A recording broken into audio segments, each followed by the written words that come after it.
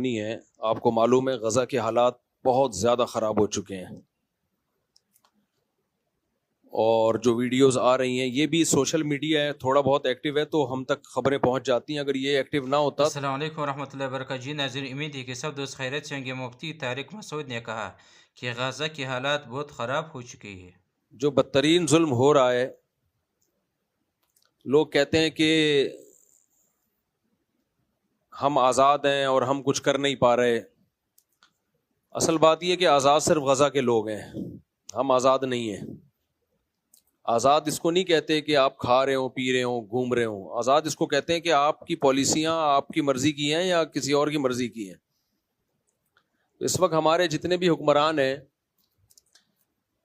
اور جتنے ہمارے ممالک ہیں، بلکہ مسلمان اوور آل، ان کی مثال نبی صلی اللہ علیہ وسلم نے دی صحیح حدیث میں کہ تم سمندر کے جھاگ کی طرح ہوگے. یعنی کوانٹٹی میں بہت زیادہ، مگر جیسے سمندر کا جھاگ ہے نا، اس کی کوئی حیثیت نہیں ہوتی. وہ دور ہے یہ. اب ظاہر ہے جو بھی تھوڑا سا بھی درد دل رکھتے ہیں ان کے جذبات ہیں، اور بننے چاہیے جذبات ان ویڈیوز کو دیکھ کے کہ ہم کیا کریں، ہم کیا کریں.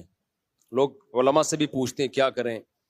حضرت مفتی تقی عثمانی صاحب کا بہت واضح فتویٰ ہے کہ جو جتنے قریب ہے اس پر اتنا ہی جہاد فرض ہے. ان میں سب سے پہلے تو ان کے جو قریبی ممالک ہیں وہ، نہیں تو پھر ان کے قریب، اسی طرح سے جہاد فرض عین ہوتا چلا جاتا ہے. لیکن انڈیویجولی انسان کیا کرے کہ آپ اکیلے طور پہ کہیں بھی جانے کی کوشش کریں گے، آپ کو بارڈر ہی کراس نہیں کرنے دیا جائے گا. آپ کی حکومت آپ کو بارڈر کراس کرنے دے گی، اگلا کنٹری آپ کو پکڑ لے گا. تو اس لیے جذبات میں کوئی الٹا سیدھا کام نہ کریں.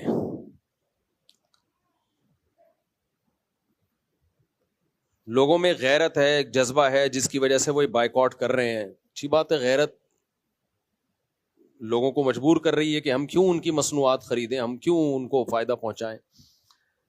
لیکن توڑ پھوڑ کا عمل نہ کریں. اس سے کوئی، اسرائیل کو کوئی نقصان نہیں ہے اس توڑ